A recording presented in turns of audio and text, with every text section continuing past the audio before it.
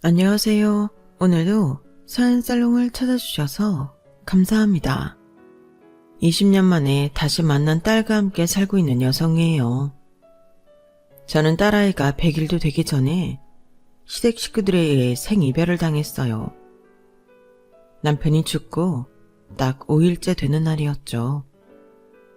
남편과의 이별도 받아들이기 힘든 순간에 찾아온 딸아이와의 이별은 제 인생을 송두리째 바꿔버렸어요. 삶에 대한 의지는 사라지고 마치 인생을 다 산 사람처럼 병들어 버렸거든요. 그래도 죽지 못하고 살았던 건 언제가 될지 모르지만 딸아이를 만날 수 있을 거라는 희망 때문이었어요. 그리고 그 바람은 20년이 흐른 뒤에야 이룰 수 있었어요. 그리고 시작됐죠. 우리 가족을 찢어놓고 내 인생을 망가뜨린 인간들에 대한 복수가요. 여자가 하늘 품으면 5, 6월에도 서리가 내린다고 하잖아요. 그럼 지금부터 하늘 품은 여자의 서슬퍼런 복수극을 전달해드리겠습니다. 여자의 적은 여자라는 말이 있잖아요. 저는 그 말을 정말 싫어하는데 따지고 보면 저는 그 말의 피해자이기도 해요. 저는 태어나던 순간부터 엄마 사랑을 받지 못했어요. 사랑을 못 받은 정도가 아니라 미움을 받았다고 하는 게 맞겠네요. 엄마는 저랑도 하루에 몇 번씩 그런 말을 하셨거든요. 내 인생을 망가뜨린 건 너야. 너만 아니었으면 난 지금처럼 이렇게 살지 않았을 테니까. 난 네가 저주스러워. 도대체 내가 엄마 인생을 어떻게 망가뜨렸는지도 모른 채 저는 그런 저주 섞인 말들을 듣고 자랐어요. 그래서 언제부턴가 나는 엄마 인생을 망친 나쁜 아이라는 생각을 하고 살았던 것 같아요. 너무 어릴 때부터 그런 말을 일상처럼 매일 들어서 그런지 억울하다는 생각도 못했어요. 그냥 그런 거라고 믿고 살았죠. 그렇게 저를 미워하던 엄마는 제가 초등학교 5학년이 되던 해 스스로 생을 마감하셨어요. 학교에서 돌아와 보니 엄마가 소파에 축 늘어져 있더라고요. 엄마 손바닥과 바닥에는 먹다가 남은 수면제가 남아 있었어요. 수면제 없이는 잠을 자지 못하는 엄마였지만 그래도 그 많은 양을 보니 다시는 엄마가 깨어나지 못할 거라는 걸 짐작할 수 있었어요. 지금 생각해도 그때 제가 어쩌면 그렇게 침착하게 행동할 수 있었는지 모르겠어요. 엄마의 상태를 본 저는 119가 아닌 다른 곳에 전화를 했거든요. 가끔 저희 집에 찾아와 내 아빠라는 사람의 말을 전해주던 김 실장님이었죠.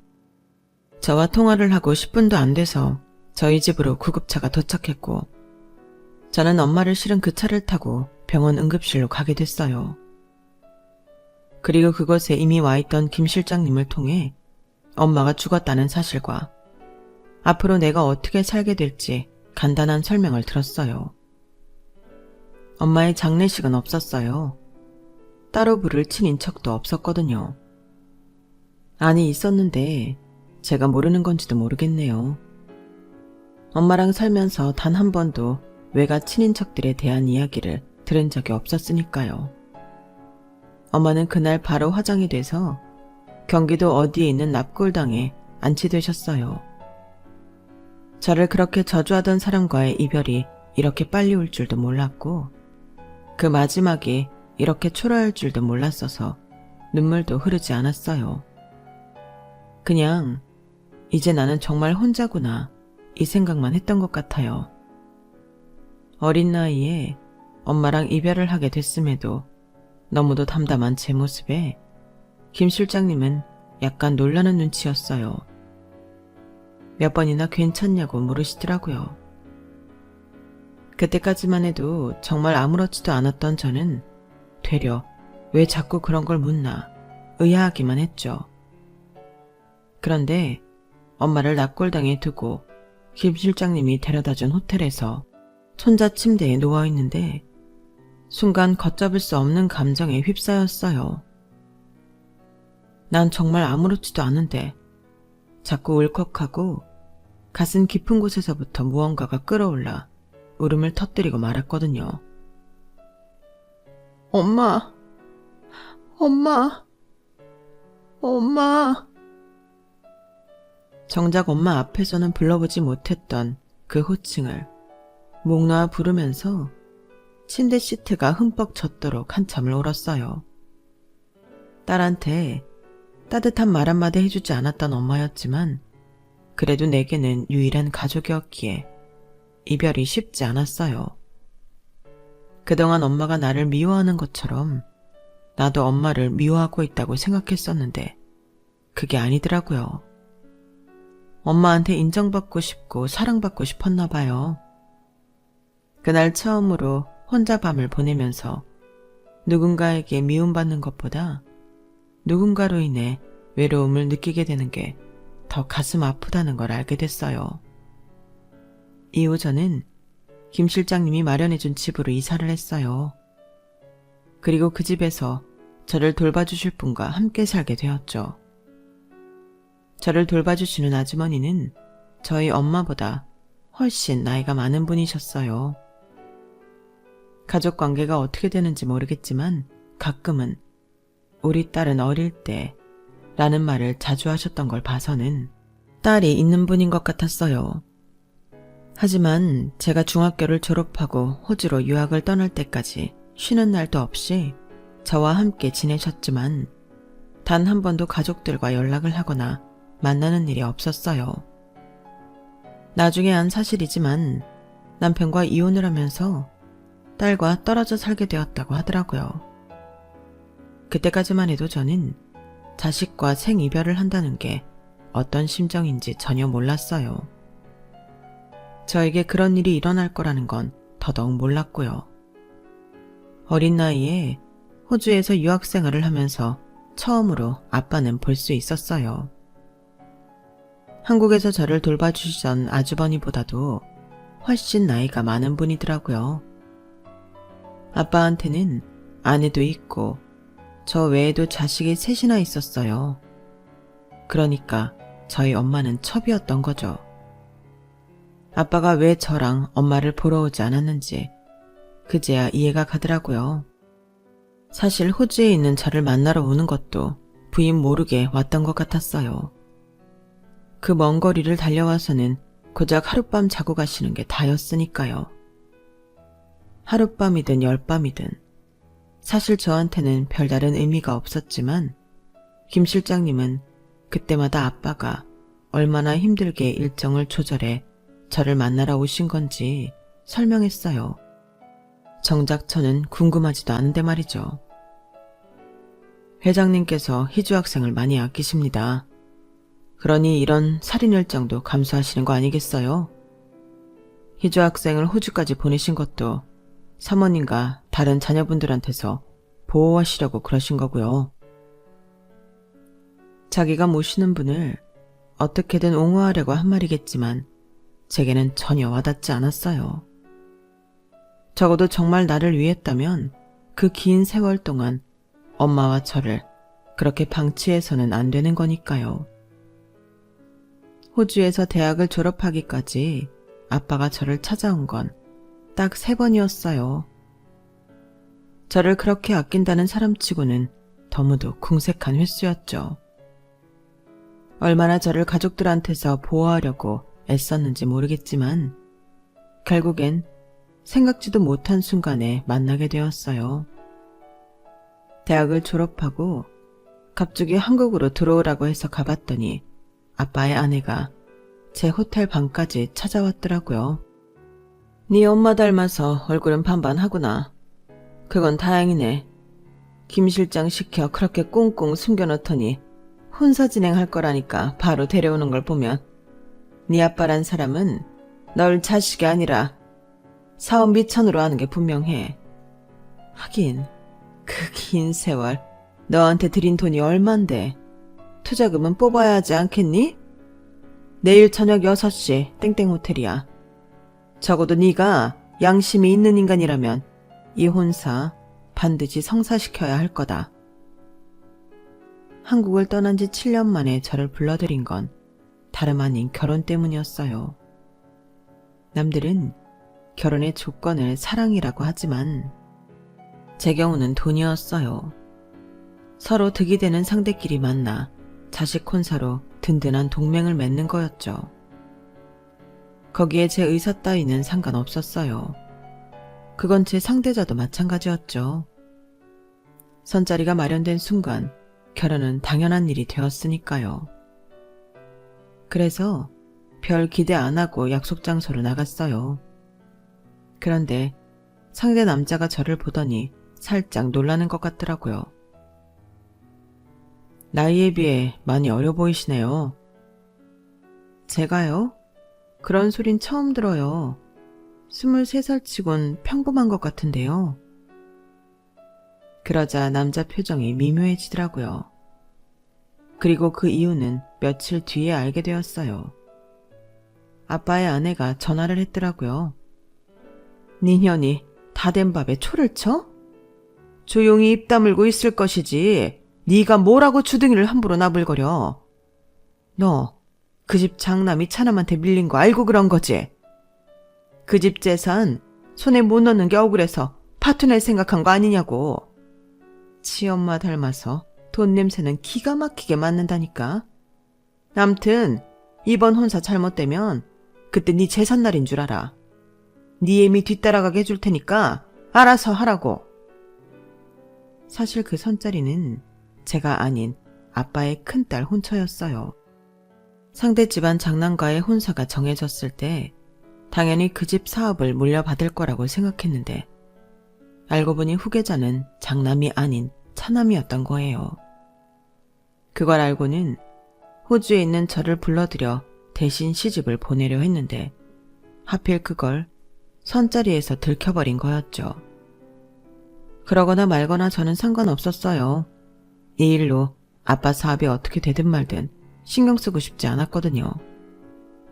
저는 그저 어차피 한국으로 돌아온 거 내 힘으로 취직해 살아야겠다는 생각을 했어요. 하지만 아빠 도움 없이는 당장 머물 곳도 없어서 난감하기만 했죠. 그때 떠오른 건 예전에 저와 함께 살던 아주머니였어요. 호주로 유학을 떠나고 종종 전화 연락을 했었기 때문에 연락처를 알고 있었거든요. 수년 만에 만난 아주머니는 마치 잃어버린 딸을 찾은 것처럼 저를 무척 반기셨어요. 저를 보자마자 눈물을 뚝뚝 흘리셔서 주변 사람들이 쳐다볼 정도였죠. 그간 살아온 얘기와 아빠 큰딸 대신 선자리에 나갔던 일까지 모조리 털어놓자 아주머니가 저보다 더 광분하셨어요. 아주머니는 그동안 떨어져 살던 딸과 잠깐 만날 수 있었다고 했어요. 딸이 결혼을 앞두고 남편감과 함께 찾아왔다고 하더군요. 오랜 시간 떨어져 살아 그런가 딸이 어색해하는 것 같았지만 몇 시간 같이 있다 보니 금세 예전처럼 엄마와 딸로 돌아가더라고 했어요. 그리곤 헤어질 시간이 되자 너무 아쉬워서 끌어안고 한참을 울었다고 하더군요. 부모 자식 간에 떨어져 지낸다고 그 정이 사라지는 게 아니야. 그저 상황 때문에 묻어두고 사는 거지. 네 아빠도 속으로는 네 생각 많이 할 거다. 그러니 너무 야속하게 생각하지 마. 그러면 네 인생이 너무 가엾잖니. 네 자신을 위해서 용서하고 이해해줘.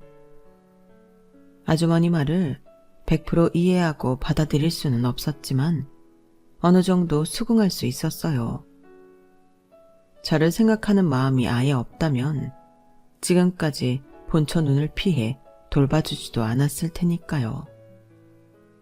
그래서 김 실장님을 통해 아빠한테 제 뜻을 전했어요. 그쪽 남자와 다시 만날 수 있는 자리를 마련해달라고요. 그렇게 우리는 다시 만나게 되었어요. 남자도 저도 서로에 대해 감정이 좋지 않았던 게 아니라서 편하게 대화를 나눌 수 있었어요. 다시 만나자고 할 줄은 몰랐어요.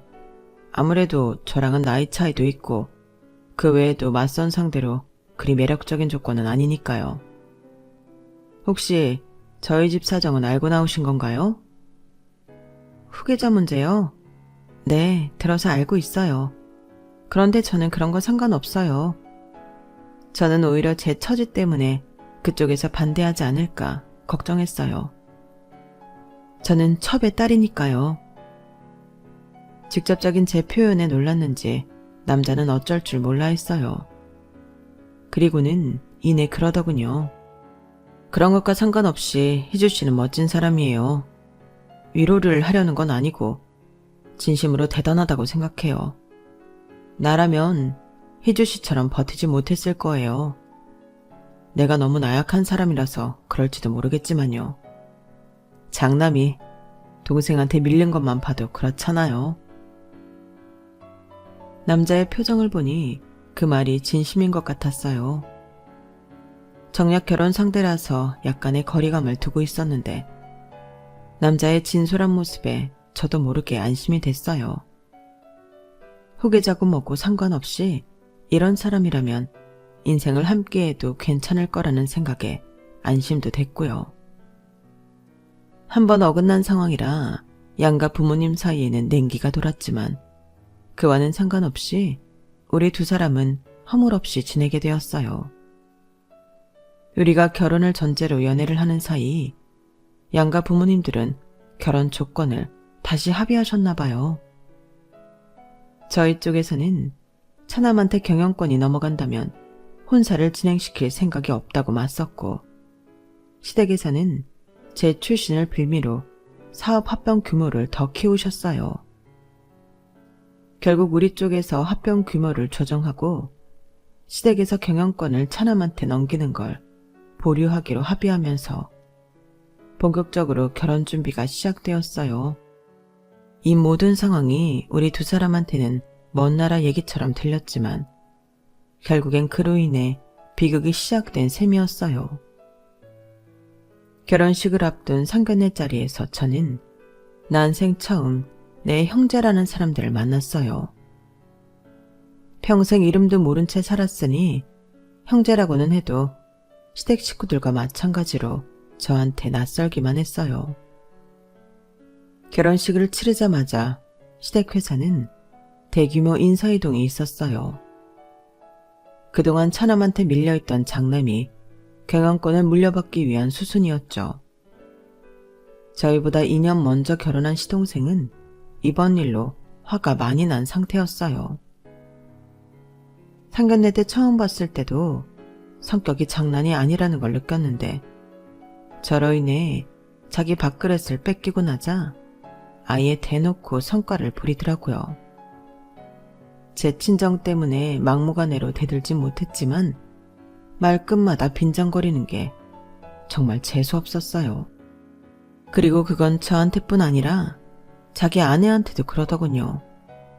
아니, 오히려 저한테보다 더 심하게 하는 것 같았어요. 무시하는 건 기본이고 심지어 욕설까지 서슴지 않는 걸 보니 말이에요. 그런데도 동선한 해탈한 사람처럼 시동생의 더러운 성격을 묵묵히 받아주더라고요. 남편이 그러는데 시동생이 처음부터 동서한테 함부로 굴지는 않았다고 했어요. 동서가 시집 오고 반년쯤 됐을 무렵 동선 친정 부모님이 하시던 회사가 법정 관리에 들어가면서 처가 도움이 불가능해지자 그때부터 변했다고 말이죠. 그건 시부모님도 마찬가지였고요. 게다가 허니문 베이비를 가진 저와 다르게 동서는 시집 온 지 3년이 다 돼가도록 아이 소식이 없어서 더더욱 궁지에 몰려있는 상태였어요. 제 임신 소식에 시부모님은 애가 없는 동서를 더 압박했고 시동생은 그런 부모님으로부터 자기 아내를 지켜줄 생각이 전혀 없어 보였어요. 한 배에서 나왔지만 제 남편과 시동생은 생김새며 성격이 너무도 달랐어요. 가만 보면 제 남편이 별종이긴 했지만요. 돈이나 권력에 관심이 없는 남편과 그에 반해 시댁 식구들은 철저히 돈에 움직이는 사람이었어요. 제가 비록 출신이 비천하기는 해도 친정에 돈이 있기 때문에 누구도 제게 함부로 하지는 못했어요. 그걸 다행이라고 해야 하겠지만 매번 그걸 느낄 때마다 씁쓸하더라고요. 그러던 어느 날이었어요. 제 임신 소식을 들은 아주머니가 밥을 사주겠다고 하셔서 만난 날이었어요. 밥을 먹고 근처 백화점에 들렀는데 옆 건물 명품관에서 시동생이 젊은 여자와 함께 쇼핑을 하고 있는 걸 목격했지 뭐예요. 팔짱을 끼고 시시덕거리는 모습을 보니 딱 봐도 내연관계 같았어요. 시동생은 수백만 원짜리 백을 그 여자 품에 안겨주고는 더럽게 생색을 내며 매장을 나갔어요. 뒤에서 저러고 다니면서 동서한테 그 난리를 치는 걸 생각하니 제가 더 피가 끓더라고요. 그날 보지 말아야 할 걸 보고 온 저는 내내 갈등이 됐어요. 이걸 동서한테 말해줘야 하나 말아야 하나 하고 말이죠. 집안에 분란을 일으키고 싶은 마음은 없지만 혹시 이번 일을 빌미로 동서가 시종생의 횡포에서 벗어날 수 있다면 그것만으로도 성공이다 싶었거든요. 시집온 그날부터 차가운 시댁 식구들 눈치 보고 살던 제게 동서는 사막의 오아시스 같은 사람이었어요. 시댁에서 저를 사람 취급을 해준 유일한 사람이었으니까요. 그래서 그 고마움 때문에라도 입 다물고 있을 수만은 없어서 고민 끝에 동서한테 전화를 했어요. 동서라고는 해도 저보다 나이가 많아서 호칭을 제외하고는 늘 존대를 했는데 그래서인지 동서도 제게 존대를 사용하고 있었죠. 저기 동서, 제가 며칠 전에 백화점에 갔다가 도련님을 봤어요. 딱 거기까지 말했을 뿐인데 소화기 너머로 동서의 한숨소리가 들렸어요. 그리고는 먼저 얘기를 꺼내더라고요. 옆에 여자가 있던가요? 그걸 어떻게 알았어요? 혹시 알고 있던 거예요? 매번 상대가 바뀌기는 하지만 바람을 피운 건 오래됐어요. 결혼 전부터 그래 왔으니까. 시댁 식구들도 다 아는 사실이에요. 그 얘기를 제게 전해준 사람은 형님이 처음이지만요. 고마워요. 아니에요, 고맙긴요. 그런데 왜 지금까지 가만히 있었던 거예요? 왜 도련님한테 그런 대접을 받으며 사느냐고요. 아니, 그보다는 자기는 외도과자면서 어쩜 그렇게 뻔뻔하게 동서를 괴롭힐 수가 있대요? 나라면 미안해서라도 더 잘해줄 텐데. 저도 모르게 얘기하다 보니 수화기 너머로 훌쩍이는 소리가 들렸어요. 형님, 솔직히 저는 이 집에 시집 온 뒤로 내 인생은 끝났다고 생각했어요. 결혼 전에 알고 있었거든요. 제 친정이 곧 망할 거라는 걸요. 친정 부모님이 저한테도 숨기고 있었지만 제가 그걸 어떻게 모르겠어요. 다 알죠. 알고도 시집 온 거니까 그 일랑 시댁 식구들이 뭐라고 하든 받아들여야 한다고 생각했어요. 그런데 형님이 내 편을 들어주니까 왜 이렇게 눈물이 나는지 모르겠어요. 동서는 한참을 울었어요. 그동안 얼마나 참고 살았기에 자기 남편의 외도를 알려준 윗동서 앞에서 이렇게 서글프게 우나. 안 됐다는 생각이 들더군요. 제가 누구를 가여워할 처지는 아닌데 말이죠. 제 바람과 달리 동서는 시동생의 외도 사실로 뭔가를 더 얻은 건 없었지만 동서지간인 우리는 전보다 많이 서로를 의지하게 되었어요. 제가 출산을 앞두고 감기에 걸려 앓고 있을 때도 동서가 찾아와 배숙도 만들어주고 간호도 해주었어요. 얼마나 고맙던지. 그 무렵 제 남편은 바쁜 회사 일 때문에 출장이 잦았고 아주머니 역시 일을 하고 계셔서 제 곁에 있어줄 사람이 없었거든요.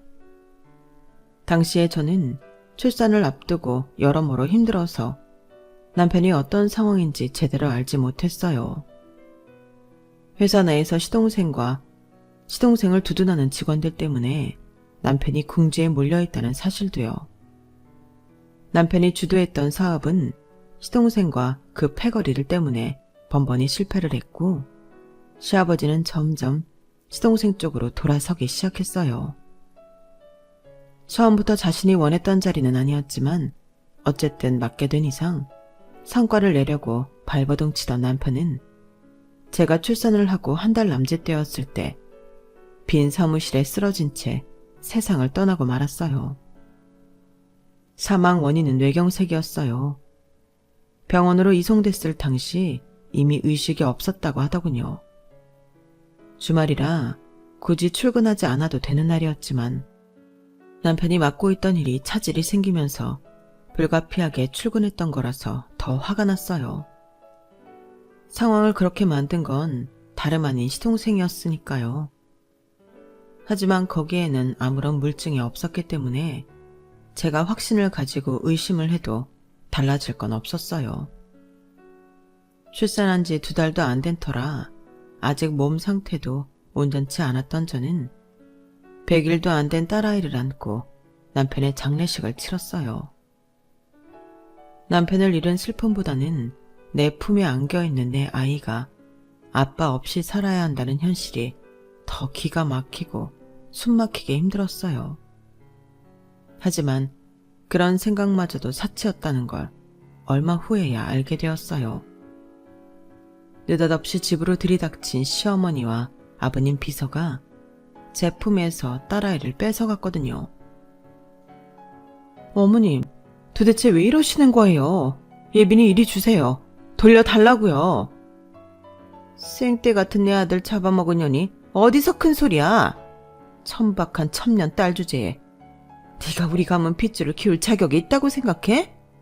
네 친정에서도 이미 너 버린 지 오래야. 내 아들 뒤를 봐주겠다고 그렇게 호언장담하더니 사업 몇 개 말아먹었다고 선 털고 돌아선 게 네 아버지라고. 내 아들까지 이렇게 된 마당에 내가 네 꼴을 보고 살아야겠니? 천박하고 더러운 종자를. 소송을 걸든 뭐라든 네 멋대로 해봐. 그때 니들 결혼할 때 네 친정에서 했던 약속들 죄다 걸어서 소송 걸 테니까. 고작 첩년딸 하나 살리자고 네 친정에서 그 많은 손해를 감수할지 어디 한번 보자꾸나? 그렇게 저는 눈앞에서 딸아이를 시어머니한테 뺏겼어요. 김 실장님을 통해 아빠한테 연락을 했지만 제 연락을 받지 않으셨어요.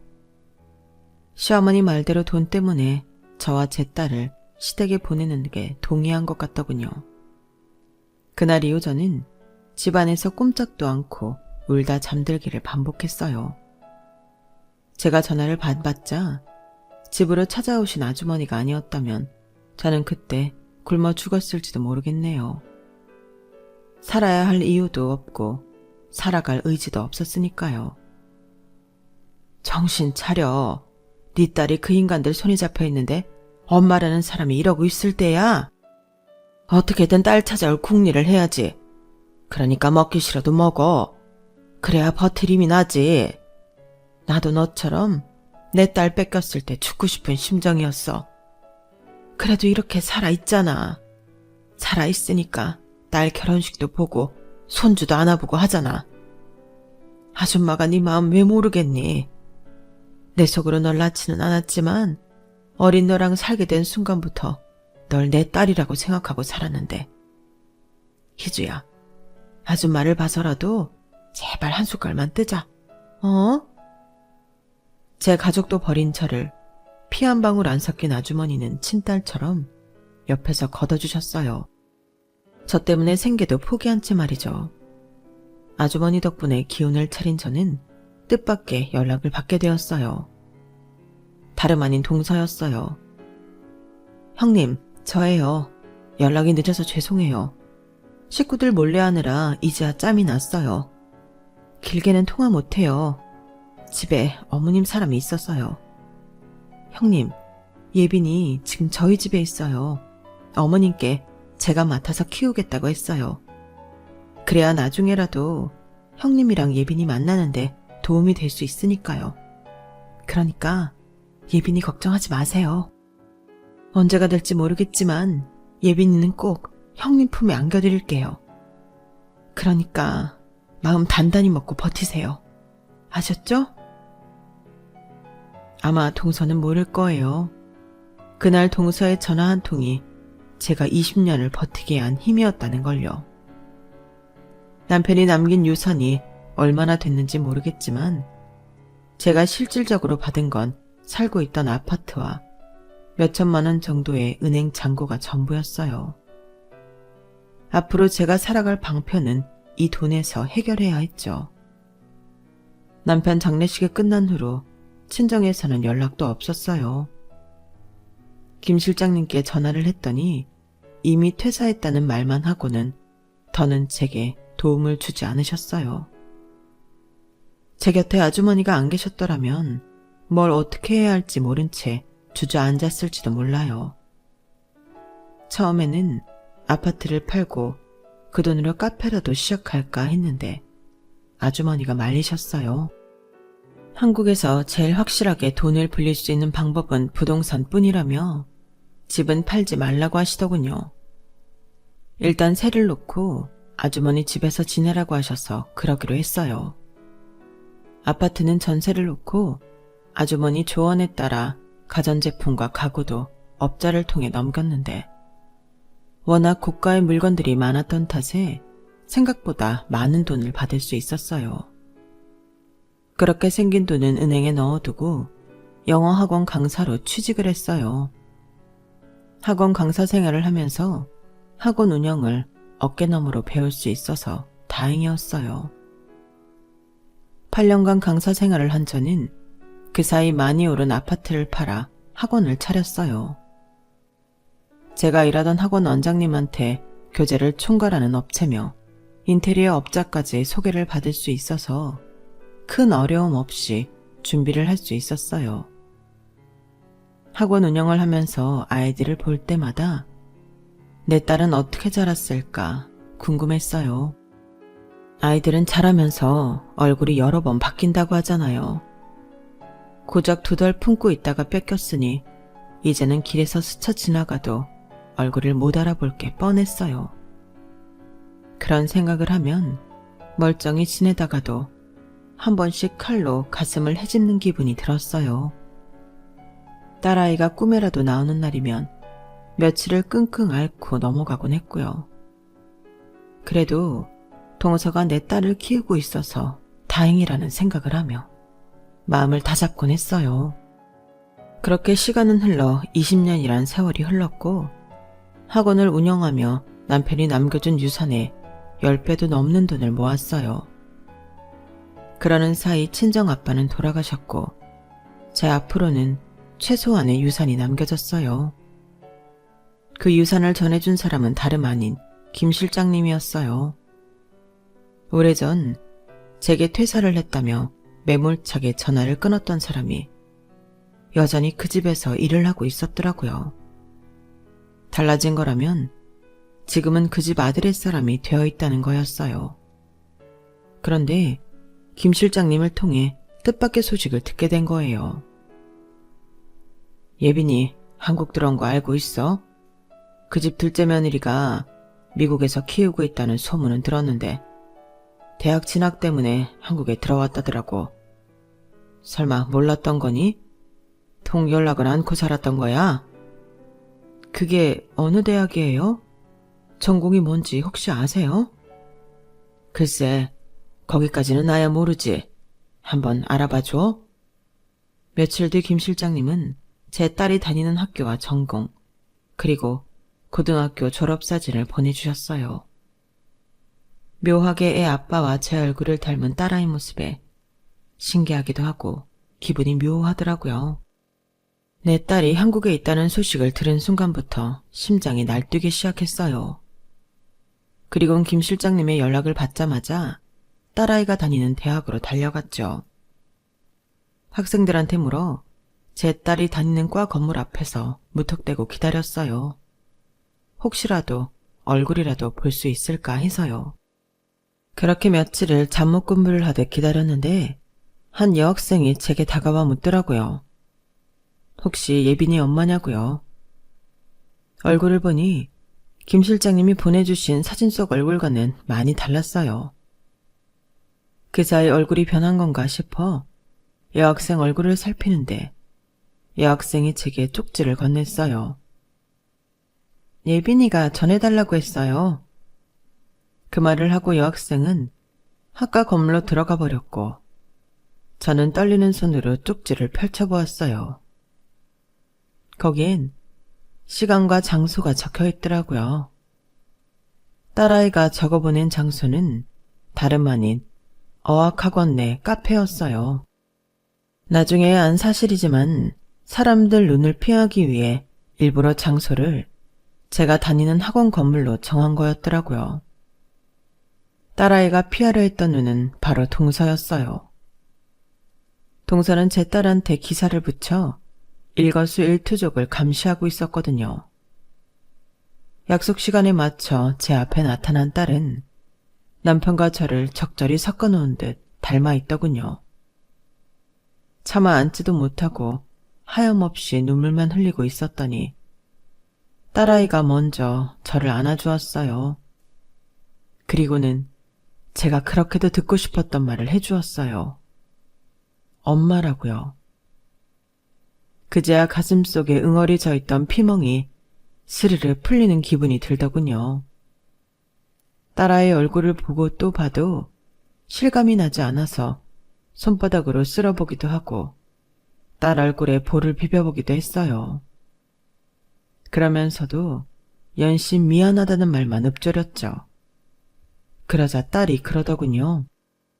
엄마, 나 엄마 미워하지 않아요. 왜 나랑 떨어져 살게 됐는지 아니까요. 작은 엄마 때문이었죠? 그게 무슨 소리니? 나한테서 널 뺏어간 건 네 할머니야. 작은 엄마는 나 대신 널 키워준 것 뿐이라고. 그러자 딸아이가 고개를 저으며 말했어요. 작은 아빠랑 작은 엄마가 싸우는 소리를 들은 적이 있어요. 원래 찐가에서는 저랑 엄마랑 살게 두려고 했는데 작은 엄마가 데려오라고 그랬대요. 더 충격을 받았던 건 그 다음이었어요. 동서가 제 딸을 자기가 키우겠다고 하면서 이런 말을 했다더군요. 출신도 천박한 첩의 딸한테 이 집안 핏줄을 키우게 할 수는 없다고요. 순간 망치로 머리를 한 대 맞은 기분이었어요. 이 말은 시어머니가 제게서 딸을 뺏어갈 때 하셨던 말이었거든요. 그러니까 이 말이 시어머니 머리에서 나온 게 아니라 동서 입에서 나왔다는 사실에 온몸에 소름이 돋았어요. 나한테 그렇게 살가웠던 동서가 지난 20년간 나와 내 딸을 갈라놓은 주범이란 사실에 치가 떨렸거든요. 믿기 힘든 사실에 할 말을 잃고 있었더니 딸아이가 가방 속에서 서류 봉투를 꺼내 내밀며 말했어요. 그보다 엄마가 봐야 할 게 있어요. 딸아이가 건넨 봉투 속에는 제가 결혼을 하던 당시 양가 부모님들이 작성한 혼인계약서가 들어있었어요. 그 안에는 여러 조항의 내용이 있었는데 거기엔 우리 부부가 이혼했을 때 그리고 사별했을 때 양가에서 얼마만큼의 위자료를 지불할 것인지도 명확히 적혀 있었어요. 한마디로 제가 받아야 할 액수가 말이죠. 그 금액은 살면서 제가 만져본 적이 없는 액수였어요. 작은 아빠가 이혼하자고 한 적이 있는데 그때 작은 엄마가 분명히 그랬어요. 자기가 날 키우는 조건으로 엄마가 위자료 문제를 덮기로 한 거라고요. 지금이라도 자기가 연락하면 엄마가 위자료 소송 들어갈 거라고. 그 말에 작은 아빠가 이혼을 포기했어요.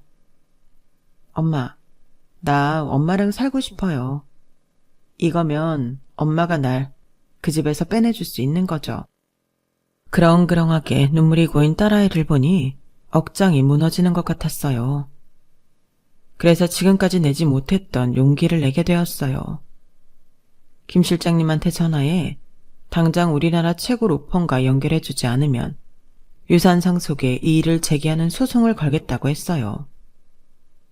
처음엔 콧방귀를 뀌던 김 실장님은 내 손에 양가 부모님이 혼인을 빌미로 맺었던 계약서가 있다고, 이걸 어떻게 사용할지 생각 중이라고 하자 바로 꼬리를 내리곤 알아보고 연락 주겠다고 했어요. 그 계약서 안에는 양가 모두 꽤 민감한 내용이 들어있어서 자기들도 모른 척할 수가 없었거든요. 그렇게 저는 본가의 도움을 받아 시댁에 소송을 걸었어요. 내 몫의 위자료를 받으려고요. 그리고 그와는 별개로 동서한테도 소송을 걸었어요.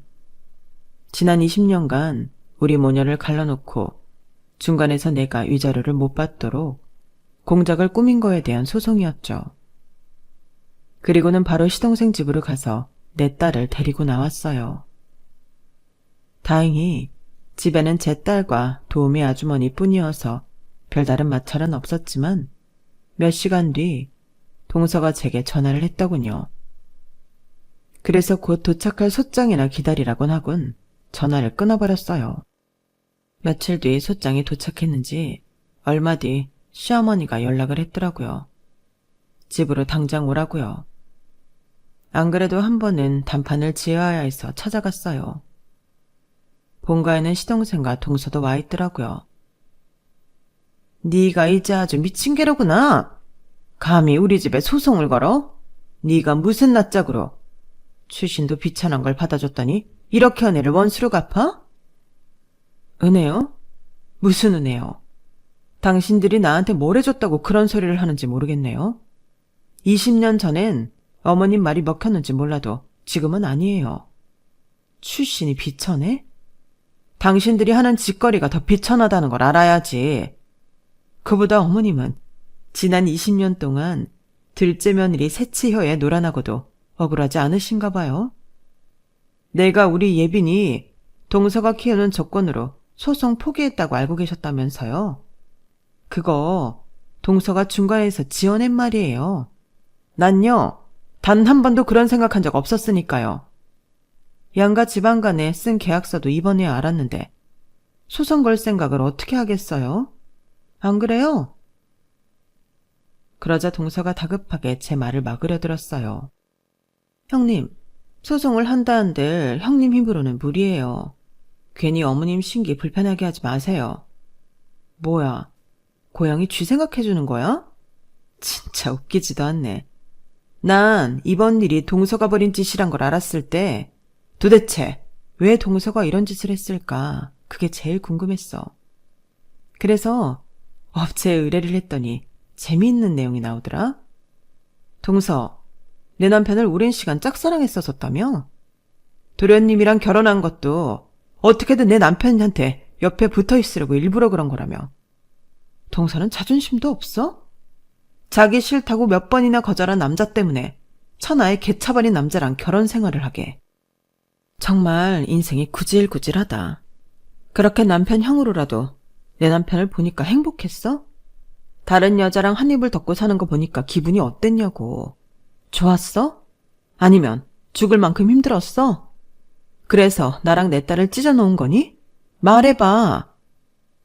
그러자 동서가 눈에 불을 켜곤 대답했어요. 그래, 너랑 결혼한다는 소리를 듣고 속에서 천불이 나더라. 온몸이 갈기갈기 찢기는 기분이었다고. 나는 안 되는 그 자리에 너처럼 천한년이 들어온다는 사실에 미치기 일보 직전이었어. 그래서 내가 사랑하는 남자를 닮은 그 딸이라도 내 걸로 만들려고 했다.